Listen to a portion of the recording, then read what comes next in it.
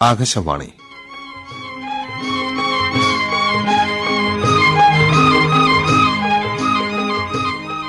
ഒടുവിൽ ഒരു തീരം. നാടകം. രചന സംവിധാനം ഖാൻകാവിൽ.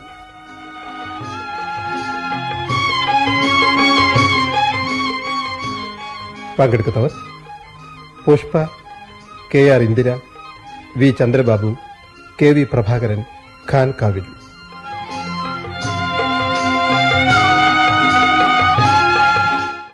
ശ്യാം സീരിയസ്. Start immediately. ആശുപത്രിയിൽ നിന്നും ശ്യാമിനെക്കുറിച്ച് കിട്ടുന്ന അവസാന വിവരമായിരിക്കാം ഇത്. ഇനിയും എനിക്ക് പോകാതിരിക്കാൻ കഴിയുമോ? ആശുപത്രിയിൽ നിന്നും ശ്യാം എഴുതിയ കത്തുകൾ പലതും പൊട്ടിക്കാതെ കിടക്കുന്നു. നീണ്ട 2 വർഷത്തെ അകൽച്ചയ്ക്ക് ശേഷം കിട്ടിയ ശ്യാമിന്റെ ആദ്യത്തെ കത്ത്. നവംബർ 12. വിമലെ, നീണ്ട മൗനത്തിനു ശേഷം നിന്റെ ചില്ലുമേടയിലേക്ക് കല്ലെറിയുകയാണ്. ആ ചില്ലുപാളികൾ പൊട്ടിപ്പൊളിഞ്ഞുണ്ടാകുന്ന രൂപം ഒരു ചിലന്തി വലയുടെ ചിത്രം കൈക്കൊണ്ടിരിക്കും. ഇതെഴുതുമ്പോൾ ആ ചിലന്തി വലയുടെ പശ്ചാത്തലത്തിൽ ഒരു കൊളാഷ് പോലെ നിന്റെ രൂപം എനിക്ക് കാണാം. ആശുപത്രിയിൽ നിന്നാണ് ഇത് കുറിക്കുന്നത്. മരണമെന്ന കറുത്ത പക്ഷി എന്റെ ജനലടികളിൽ ചിറകിട്ടടിക്കുന്നു. എന്നാണെന്നറിയില്ല. എല്ലാം മറന്ന് വിമല വരൂ. എനിക്ക് നിന്നെ കാണണം.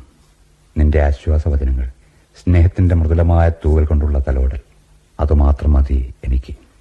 ആശുപത്രിയിലായ വിവരം അറിയുമെന്ന് കരുതി സമാധാനിക്കുകയായിരുന്നു ഇതുവരെ. അതറിയുമെങ്കിൽ നീ ഓടിയെത്തും എന്ന് വെറുതെ ഉറപ്പിക്കുകയായിരുന്നു മനസ്സിൽ. പക്ഷെ എന്റെ എഴുത്തുകൾക്ക് മറുപടിയായ നിന്റെ മൗനം പറഞ്ഞു, ഇപ്പോഴും നീ എന്നെ വെറുക്കുന്നെന്ന്. വരൂ വിമലെ, ഒരിക്കൽ മാത്രം ഈ ആശുപത്രി വാർഡിൽ എന്നെ അല്പനേരത്തേക്കെങ്കിലും നമ്മുടെ ആ നല്ല നാളുകളിലേക്ക് കൊണ്ടുപോകൂ. അന്ന് ഞാൻ പോയിരുന്നെങ്കിൽ പൊട്ടിയ കണ്ണികൾ കൂട്ടിയിണക്കാമായിരുന്നു. എനിക്കെങ്ങനെ ഇത്രമാത്രം ക്രൂരയാകാൻ കഴിഞ്ഞു? സത്യത്തിൽ ശ്യാമിന്റെ മരണവാർത്തയ്ക്ക് ഞാൻ കാതോർക്കുകയായിരുന്നില്ലേ? അല്ലെങ്കിൽ ശ്യാമിന്റെ അവസാനത്തെ എഴുത്തിന്റെ പ്രതികരണമായി ഞാനൊരു വാക്കെങ്കിലും കുറിക്കേണ്ടതായിരുന്നില്ലേ? ഒക്ടോബർ 8. വിമലെ, ശല്യം അക്ഷരങ്ങളായി വീണ്ടും വരുന്നു. ക്ഷമിക്കൂ. ഒരുപക്ഷേ ഇത് അവസാനത്തെ എഴുത്താവും. അന്ന് വരുമെന്ന് കരുതിയിരുന്നു, കണ്ടില്ല. മെഡിക്കൽ സയൻസിന് ഇനി ജീവിതത്തിൽ പ്രതീക്ഷയുടെ വിത്തുകൾ പാകാൻ കഴിയുമെന്ന് തോന്നുന്നില്ല. ആശുപത്രി കിടക്കയിൽ എന്റെ കൂട്ടായ ഡയറി താളുകളിൽ ഞാൻ എന്നും കുറിച്ചിടുന്നത് മരണത്തിന് സ്വാഗതം എന്ന് മാത്രമാണ്. എന്റെ കിടക്കയ്ക്ക് തൊട്ടടുത്തുള്ള രോഗി ഇന്നലെ മരിച്ചു. ഞാൻ എന്തൊക്കെയോ എഴുതുന്നു. ഒരിക്കലൂടെ ഞാൻ കൊതിക്കുകയാണ് വിമലെ. നീ വന്നിരുന്നെങ്കിൽ, ഒന്ന് വന്നിരുന്നെങ്കിൽ. അവസാനമായി ഒരു കൂടിക്കാഴ്ചയ്ക്ക് വഴിയൊരുക്കൂ. ഒന്നുകൂടെ ഓർമ്മിപ്പിക്കുന്നു, വാർഡ് നമ്പർ 14. അന്നും പോയില്ല. ഒരു പെണ്ണിന് ഇത്രമാത്രം ക്രൂരയാകാൻ എങ്ങനെ കഴിയും? ഞാനാണ് തെറ്റുകാരി. അല്ലെങ്കിൽ ദേവനും എഴുതിയിരുന്നത് അതുതന്നെയല്ലേ, ശ്യാമിലേക്ക് തിരിച്ചു പോവാൻ? വിമലെ, ജീവിതം നീ പ്രതീക്ഷിക്കുന്നതിലേറെ വിലയുള്ളതാണ്. വാശിക്കും പ്രതികാരത്തിനുമായി സമയം കളയുമ്പോൾ ജീവിതത്തിന്റെ നല്ല നിമിഷങ്ങളാണ് നഷ്ടമാവുന്നത്. ആശുപത്രി കിടക്കയിൽ മരണത്തെ മുന്നിൽ കണ്ടുകൊണ്ട് കിടക്കുകയാണ് ശ്യാം. നീ ഒന്ന് മുഖം കൊടുക്കൂ. അയാൾ നിനക്കൊരു ശല്യമായി അധികകാലം ഉണ്ടാവില്ല. നീട്ടുന്നില്ല. ഒന്നു മാത്രം. പോകൂ. ശ്യാമിനെ കാണൂ. അയാൾക്ക് അല്പ സ്നേഹം കൊടുക്കൂ. ദേവൻ.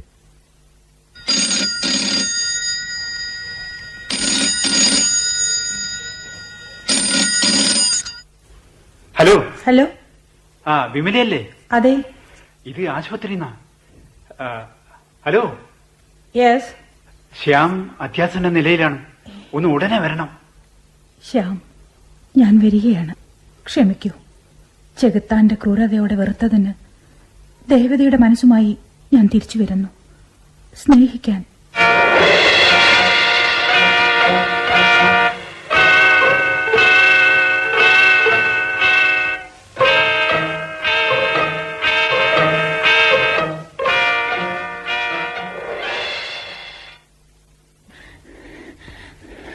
Sister, ward number 14. ഇത് തന്നെ. ശ്യാമൻ എങ്ങനെയുണ്ട്? ശ്യാം പ്രസാദ്. അതെ. വിമലയെന്നല്ലേ പേര്? അതെ. ശ്യാം അല്പം മുമ്പ് മരിച്ചു.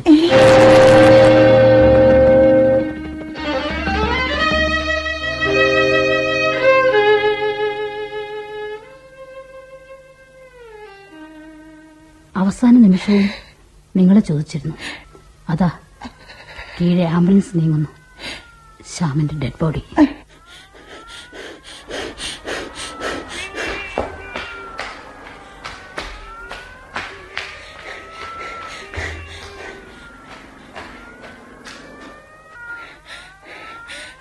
Taxi, taxi. അതാ അതാ ആംബുലൻസിന്റെ പിന്നിൽ വിട്ടോളൂ. വേഗം വേണം, വേഗം.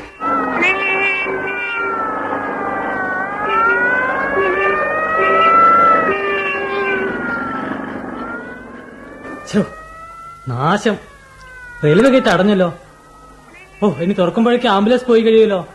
സാരമില്ല, എനിക്കും ശ്യാമിനുമിടയിൽ എന്നോ അടഞ്ഞിരിക്കുന്നു ലെവൽ ക്രോസ്. കാരണം ഞാൻ തന്നെ ആയിരുന്നു. ഒരുപക്ഷെ ദേവന് ശ്യാമിന് പരിചയപ്പെടുത്തിയ അന്നു മുതൽ അതടയാൻ തുടങ്ങിയിരിക്കണം.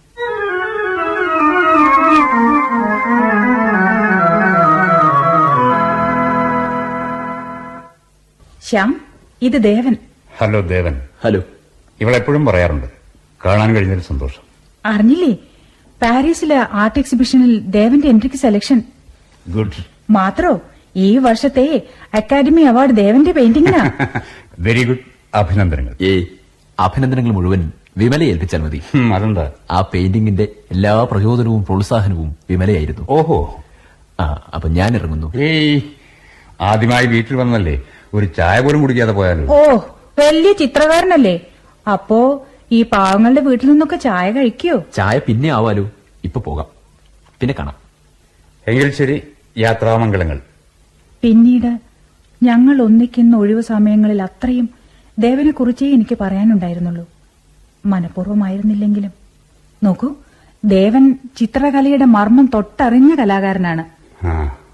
പുതിയ സങ്കേതങ്ങളെ സ്വന്തം ചിത്രങ്ങളിൽ പരീക്ഷിച്ച് ഇത്രയേറെ വിജയം വരിച്ച ഒരു ചിത്രകാരൻ വേറില്ല. ആത്മാവിന്റെ പ്രതിഫലനമാണ് ചിത്രരചന. ചിത്രകാരൻ.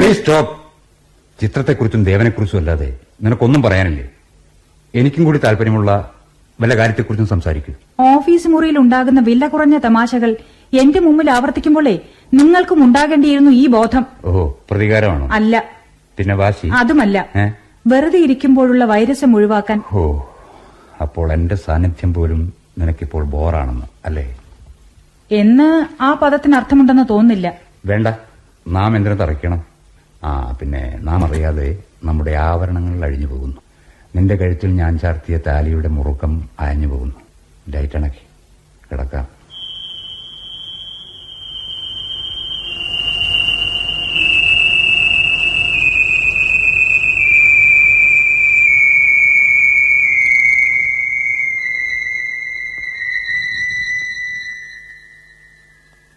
പിന്നീടൊക്കെ ഞാനും ശ്യാമും ഒന്നിക്കുന്ന വേളകളിലൊക്കെ വാക്കുകൾ കൂരമ്പുകളാകുകയായിരുന്നു.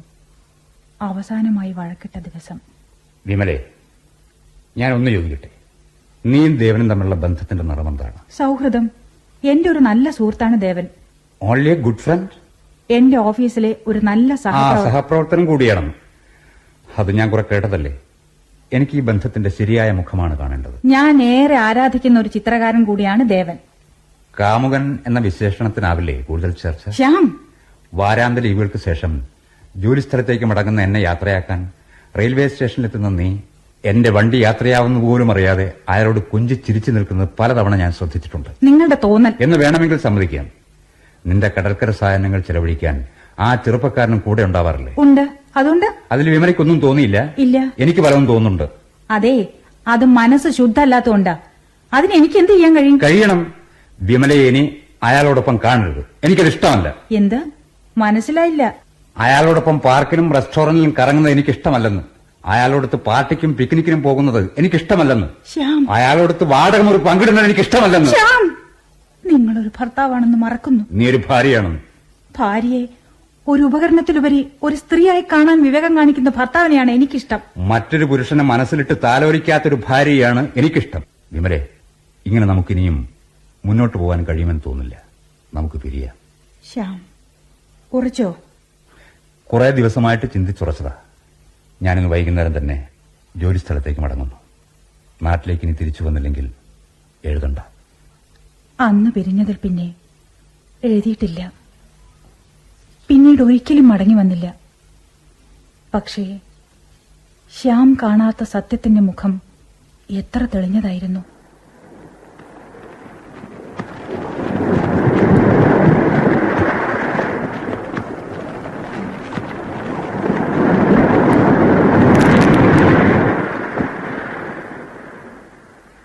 വിമലേ, നീ എന്ത് വിഡ്ഢിത്തമാണ് കാണിച്ചത്? ദേവൻ, പിന്നെ ഞാൻ എന്ത് ചെയ്യണമായിരുന്നു? സഹിക്കാവുന്നതിലപ്പുറം പറഞ്ഞാൽ? ജീവിതത്തെക്കുറിച്ച് നിനക്കൊന്നും അറിയില്ല. നിന്റെ കഴുത്തിൽ മിന്നു കിട്ടിയ പുരുഷനെയാണ് നീ പിണക്കി അയച്ചത്. ശ്യാമിന് വാശിയാണ്. കുറച്ചൊക്കെ എനിക്കും കാണില്ലേ? Life is too short. പ്രതികാരത്തിനും വാശിക്കുമായി സമയം കഴിയുമ്പോൾ ജീവിതത്തിന്റെ നല്ല നിമിഷങ്ങളാണ് നഷ്ടമാവുന്നെന്ന് ഓർക്കണം. ശരിയാണ്.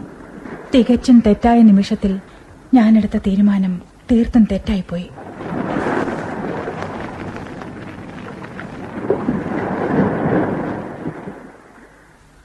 ആ, ഞാൻ പറഞ്ഞ പുസ്തകം കൊണ്ടുവന്നു. ആ, പിക്കാസോയുടെ ബയോഗ്രഫി. ഞാൻ മറന്നുപോയി വിമലേ, നാളെ എത്തിക്കാം. മറക്കരുത്. ആ ദേവൻ, ഞാൻ അഭിനന്ദനങ്ങൾ അറിയിക്കാൻ വിട്ടു. എന്തിന്? വരയുടെ വീക്കെൻഡ് എഡിഷനിലെ പുതിയ സൃഷ്ടി നന്നായിരിക്കുന്നു. ആ ആട്ടെ, ഇന്ത്യൻ ചിത്രകല തളരുന്നു എന്ന വാദത്തോട് ദേവൻ എങ്ങനെ പ്രതികരിക്കുന്നത്? ദേവൻ എന്താ ചിന്തിക്കുന്നത്? ആ, ഒന്നുമില്ല. പിന്നെ വിമലേ, നീ ഇനി വരരുത്. നീ എന്റെ കൂടെ സായാഹ്നങ്ങൾ ചെലവഴിക്കാൻ വരരുതെന്ന്. നിങ്ങളുടെ ജീവിതത്തിൽ മറ്റൊരു പുരുഷന്റെ നിഴൽ വീഴുന്നത് ശരിയല്ല. ശ്യാം പ്രസാദ് എന്നെ സംശയിച്ചു തുടങ്ങിയിരിക്കുന്നു. അതുകൊണ്ട് നീ വരരുത്.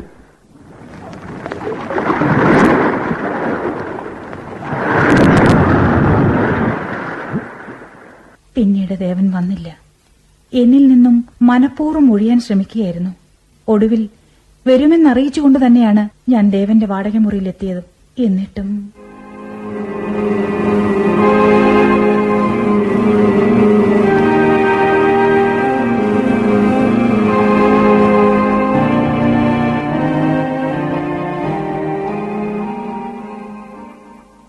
Room number 13. ദൗർഭാഗ്യത്തിന്റെ നമ്പർ. ദേവൻ. ഇളം കറുപ്പ് ബോർഡറുള്ള കടുത്ത കറുപ്പ് നിറത്തിൽ എഴുതിയ നെയിം പ്ലേറ്റ്. ദേവന്റെ താൽപര്യങ്ങളൊക്കെ വല്ലാതെ മാറിയതുപോലെ തോന്നുന്നു.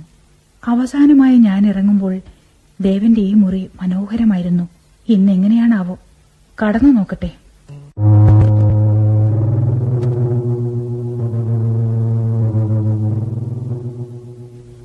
ഹോ, ഫാന്റാസ്റ്റിക് ചേഞ്ച്. കറുത്ത കിടക്കവിരികൾ, കറുത്ത ജാലകഞ്ഞുറികൾ, കറുപ്പ് ചായമടിച്ച ചുമരുകൾ, കറുത്ത കവറുള്ള പുസ്തകങ്ങൾ. ദേവൻ, എന്തു പറ്റി നിനക്ക്? നിന്റെ ഈ മാറ്റം വിചിത്രവും ഭീകരവുമാണ്. ആശ്രയുണ്ടായിട്ടും സിഗരറ്റ് കുറ്റികളും തീപ്പെട്ടിക്കമ്പുകളും മുറിയിൽ ചിതറിക്കിടക്കുന്നു. നിന്റെ ഷോക്കേസും ശൂന്യമാണല്ലോ. ദേവൻ, ആ കൗതുക വസ്തുക്കളൊക്കെ എവിടെ പോയി? ഒന്നു മാത്രം അവശേഷിക്കുന്നു. ചൈനീസ് മിത്തിലെ 3 കുരങ്ങന്മാർ. കാണരുത്, പറയരുത്, കേൾക്കരുത്. വേണ്ട ദേവൻ, അത് ഷോക്കേസിൽ വെക്കണ്ട. മിണ്ടാതിരിക്കുന്നതും പറയാതിരിക്കുന്നതും എനിക്കിഷ്ടമല്ല. ദേവൻ അന്നത് വാങ്ങിയപ്പോൾ പറഞ്ഞത് ഞാൻ ഓർക്കുന്നു. എന്താണത്? ഷോക്കേസിൽ കീഴ്ക്കാൻ തൂക്കായി വെച്ചിരിക്കുന്നത്. ദേവന്റെ സെൽഫ് പോർട്രേറ്റ്. എനിക്കൊന്നും മനസ്സിലാവുന്നില്ല. ഒന്നും. ഈ മേശപ്പുറത്ത് എന്താണ് ഒരു കുറിപ്പ്? നോക്കട്ടെ. വിമലേ, മുറിയിലെ മാറ്റം നിന്നെ അത്ഭുതപ്പെടുത്തി കാണും. വലിയ മാറ്റം. അന്ന് നീല സിൽക്ക് നൂലിൽ ഞാൻ സ്വീറ്റ് ഡ്രീംസ് തുന്നിച്ചേർത്ത വെള്ള വിരികളുണ്ടായിരുന്നു. ഞാൻ ഉപയോഗിക്കുന്ന പെർഫ്യൂമിന്റെ നേർത്ത പരിമളം മുറിയിൽ നിറഞ്ഞു നിന്നിരുന്നു. ഞാൻ 8 മണിക്ക് വന്നെന്നിരിക്കാം, വന്നില്ലെന്നും ഇരിക്കാം. വന്നില്ലെന്നും ഇരിക്കാം. വന്നില്ലെങ്കിൽ വിമല തിരിച്ചു പോകൂ. 8 മണി വരെ കാത്തിരിക്കുക.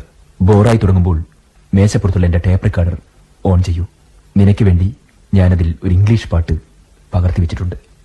ഞങ്ങൾക്കിഷ്ടമുണ്ടായിരുന്ന നമ്പറുകളിൽ ഏതെങ്കിലും ആവാം. നീ ഇഷ്ടപ്പെടാത്താണ് കേൾക്കുന്നെങ്കിൽ മേശവലിപ്പിൽ നിന്ന് പോയകാല വസന്തം എന്ന് രേഖപ്പെടുത്തിയ മറ്റൊരു കേസറ്റുണ്ട്. എന്താണാവോ ദേവൻ എനിക്ക് വേണ്ടി പകർത്തി വെച്ചത്? കേട്ടു നോക്കാം.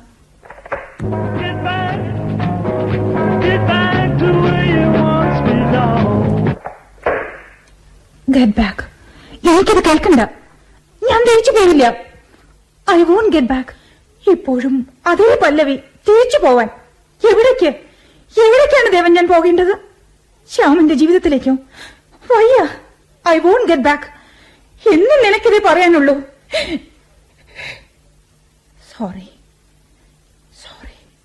വെറും ഒരു പാട്ട് കേട്ട് ഞാൻ ഇത്ര വികാരം കൊള്ളേണ്ടിയിരുന്നില്ല. ടേപ്പിന്റെ മറുഭാഗത്ത് എന്താണെന്ന് നോക്കട്ടെ. നമുക്ക് തിരിച്ചു നടക്കാം. എവിടേക്ക്? പുറപ്പെട്ടിടത്തേക്ക്. പാതി വഴി നടന്നില്ല, ബാക്കിയുള്ളത് നടന്നു തീർക്കാം. എവിടെ എത്തും അറിയില്ല. അറിയാത്ത ലക്ഷ്യങ്ങളിലേക്കുള്ള യാത്ര വിഡ്ഢിത്തമാണ്. എങ്കിലേ ഈ വിഡ്ഢിത്തമാണ് എനിക്കിഷ്ടം. ഞാൻ എപ്പോഴാണ് സ്നേഹശൂന്യനാവുന്നെന്ന് എനിക്കറിയില്ല. ഇപ്പോഴല്ലല്ലോ. അല്ല, അത് മതി. ദൈവത്തിന്റെ വെറുപ്പിനേക്കാൾ ജഗത്താന്റെ സ്നേഹമാണ് എനിക്ക് വലുത്. അതിന്റെ തുടർച്ചയാണോ ഞാനിപ്പോൾ കേട്ടത്? അടുത്ത ടേപ്പിൽ എന്താണാവോ, നോക്കട്ടെ.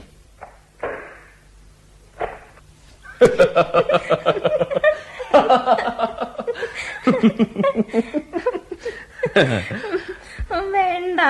വേണം. വേണ്ട ദേവൻ. വേണം. ഓ നോട്ടി ബോയ്, ചീത്ത കുട്ടി. ഇനി പറ, ഹൃദയം പിടിച്ച് കയ്യിൽ വെച്ച് തന്ന ചെമ്പരത്തി പൂവാണെന്ന് പറയൂ. അങ്ങനെ തന്നെ പറയും. ദേവന്റെ ഹൃദയം ചെമ്പരത്തി. പറയടി, ദേവന്റെ ഹൃദയം സ്നേഹനിർഭരം. ദേവന്റെ ഹൃദയം സ്നേഹശൂന്യം. പറയടി, ദേവന്റെ ഹൃദയം സ്നേഹനിർഭരം. അയ്യോ അയ്യോ, എന്റെ ചെവി. ഇനി പറയും. എന്റെ ചെവി വിടോ, ഞാൻ പറയാം. അങ്ങനെ നേർക്ക. ദേവൻ സ്നേഹനിർഭരനാണ്. ആ ഹൃദയം നിറയെ ഞാനാണ്, ഞാൻ മാത്രമാണ്. ആ ഹൃദയം തുടിക്കുന്നത് പോലും എനിക്ക് വേണ്ടിയാണ്.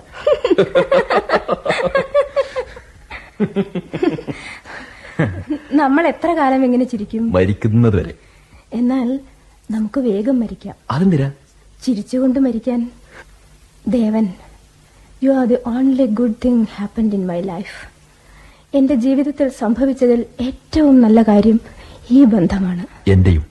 ശരി, ഇന്ന് സ്വപ്നം കാണാൻ ഇത്രയും മതി. പോകാം. എങ്ങോട്ട്? പൊന്നുമോളക്കാത്ത് ഗേറ്റിൽ തന്നെ നിൽക്കുന്ന തന്തപ്പടിയടുത്തേക്കോ, തിയേറ്ററിലേക്കോ, ബാറിലേക്കോ? ബാറിലേക്കോ? ഐസ്ക്രീം ബാറിലേക്കടി. വിവരമില്ലാത്തവളെ. കഴിഞ്ഞോ അതോ ബാക്കി മറുപുറത്തോ? സംസാരിക്കുമ്പോൾ പലപ്പോഴും റെക്കോർഡർ ഓൺ ചെയ്ത് വെക്കുന്നത് ദേവന്റെ ഹോബിയായിരുന്നു. ദേവന്റെ ഇനിയുള്ള ജീവിതത്തിൽ വിമല ആരുമായിരിക്കില്ലെന്ന് എനിക്ക് ഉറപ്പു തരണം. നീലിവേ, അതിന് വിമല ഇതുവരെ എന്റെ ആരുമായിരുന്നില്ല. ഇനിയും അങ്ങനെ തന്നെ തുടരും. പോരാ, എനിക്ക് ഉറപ്പു തരണം. ബിലീവ് മീ, വിമല എന്റെ ആരുമായിരുന്നില്ല. ഇത് ഇത് അപ്പോൾ പ്രോമിസ്? പ്രോമിസ്. വിവാഹത്തിന്റെ ആദ്യ രാത്രി തന്നെ ഭർത്താവിനെ കൊണ്ട് നീ ഇങ്ങനെ ആണിയിരിക്കണോ നിലിമ? വേണം. എന്റെ ഭർത്താവ് എന്റേതു മാത്രമായിരിക്കണം.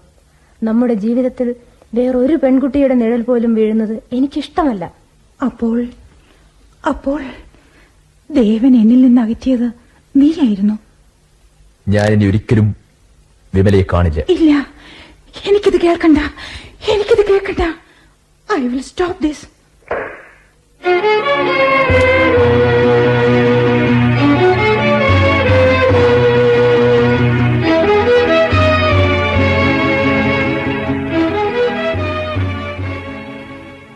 ഒടുവിൽ നേരിൽ കണ്ടതന്നാണ് എനിക്ക് ദുഃഖം പകർന്ന ദേവന്റെ സന്തോഷ വാർത്ത അറിയിച്ചെന്നാൾ.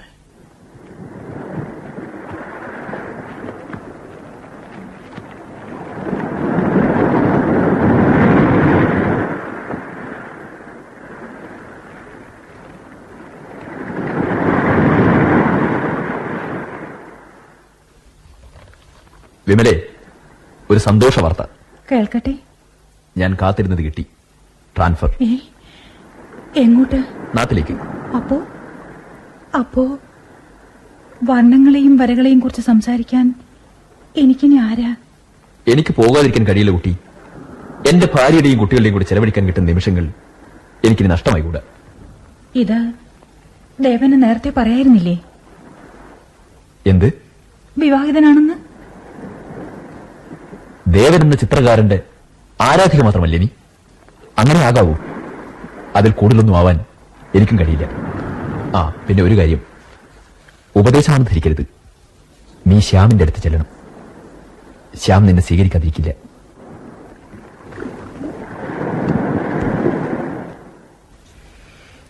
ഞങ്ങൾ തമ്മിൽ കണ്ടിട്ട് വർഷങ്ങളായില്ലേ. ഒരു തിരിച്ചുപോക്ക് ഇനി അസാധ്യമാണ്. നീ പോകണം വിമലെ. നിനക്ക് വാശിയാണെന്ന് എനിക്കറിയാം. പക്ഷേ ഒരു വിട്ടുവീഴ്ചയ്ക്ക് തയ്യാറാവുന്നല്ലേ നല്ലത്. നീ പോണം. നീ ഇതുവരെ എന്നോട് കാണിച്ച സ്നേഹം അഭിനയമല്ലെങ്കിൽ ആ സ്നേഹത്തിന്റെ അധികാരത്തിൽ പറയട്ടെ, നീ തിരിച്ചു പോണം. എവിടെ വെച്ചെങ്കിലും കണ്ടുമുട്ടിയാൽ പരിചയം ഒരു പുഞ്ചിരിയിൽ ഒതുക്കാവുന്നതിലേറെ നാം തമ്മിൽ അടുത്തിരിക്കുന്നു. അതിൽ കൂടുതൽ എന്നിൽ നിന്നൊന്നും പ്രതീക്ഷിക്കരുത്. ആ നാളത്തെ മോർണിംഗ് ട്രെയിനിന് എനിക്ക് വേണ്ടപ്പെട്ടവരുടെ അടുത്തേക്ക് ഞാൻ യാത്രയാവുകയാണ്.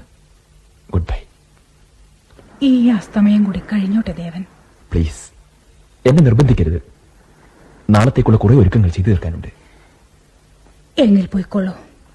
ബൈ.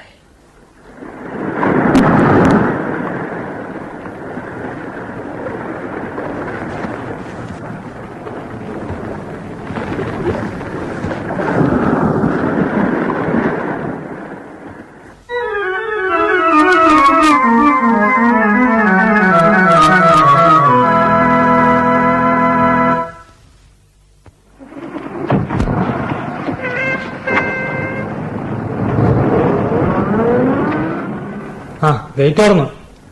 ആംബുലൻസ് അങ്ങോട്ടാണോ പോയിരിക്കുക? അറിയില്ല. നിങ്ങൾക്ക് വീടറിയില്ല? ഇല്ല. ഈ റോഡ് എവിടെയാണ് അവസാനിക്കുക? ആ കടത്തിരുത്ത്. ശരി, അങ്ങോട്ട് പോയിക്കൊള്ളൂ.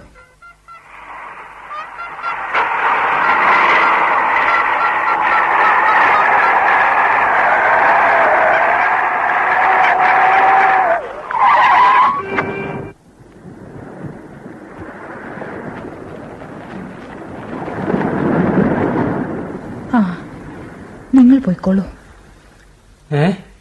ഈ സന്ധ്യക്ക് ഈ വിജനമായ തീർത്ത്? സാരമില്ല. ജീവിതത്തിലെ താളപ്പിഴകളുടെ തുടക്കം ഈ തീരത്ത് നിന്നായിരുന്നു. ഇരുട്ട് പരന്നു തുടങ്ങി. ദൂരക്കടലിൽ അകന്നുപോകുന്ന കപ്പലിലെ ചുവപ്പ് വെളിച്ചം. ചുവപ്പുമാഞ്ഞ ആകാശത്ത് ഒരു കറുത്ത മേഘക്കീറ്. അടിച്ചു വരുന്ന തിരമാലയിൽ കാൽക്കീഴിലെ തീരം മലിയുന്നു. തിരകൾ, എത്രയെത്ര തിരകൾ, വലിയ വലിയ തിരകൾ, തിരകൾ, വീണ്ടും തിരകൾ, തിരകൾ, വലിയ വലിയ തിരകൾ.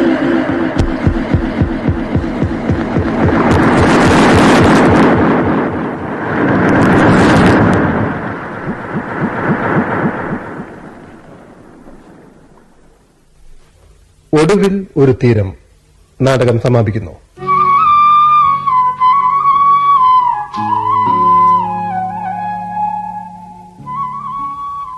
രചന സംവിധാനം ഖാൻ കാവിൽ. പങ്കെടുത്തവരും കഥാപാത്രങ്ങളും: പുഷ്പ വിമല, KR ഇന്ദിര നീലിമ, V ചന്ദ്രബാബു ദേവൻ, KV പ്രഭാകരൻ ഡ്രൈവർ, ഖാൻ കാവിൽ ശ്യാം.